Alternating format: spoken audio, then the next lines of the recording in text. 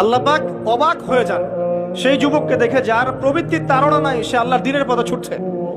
এই যুবককে দেখে আল্লাহ পাক অবাক হয়ে যান এবং তার দোয়া যেভাবে কবুল হবে, একজন মানুষ যার পা কবরে অলরেডি চলে গেছে তার দোয়া কি সেভাবে কবুল হবে? দুজনের ইবাদত সমান। এই বয়সে আপনি অনেক কিছু করতে পারেন। আপনি চাইলে এখন বড় সন্ত্রাসী হতে পারবেন, বড় জেনাকারী হতে পারবেন, আপনি চাইলে টিকটক সেলিব্রিটি হতে পারবেন, আপনি চাইলে এখন আরো খারাপ লাইনে যে মাদক সেবন করতে পারবেন, 30-40টা গার্লফ্রেন্ড চেঞ্জ করতে পারবেন, আপনাকে কেউ বাধা দিবে না। আপনি চাইলে 1-2 হাজার টাকা দিয়ে জেনা করতে পারবেন, উন্মুক্ত সব আপনার জন্য।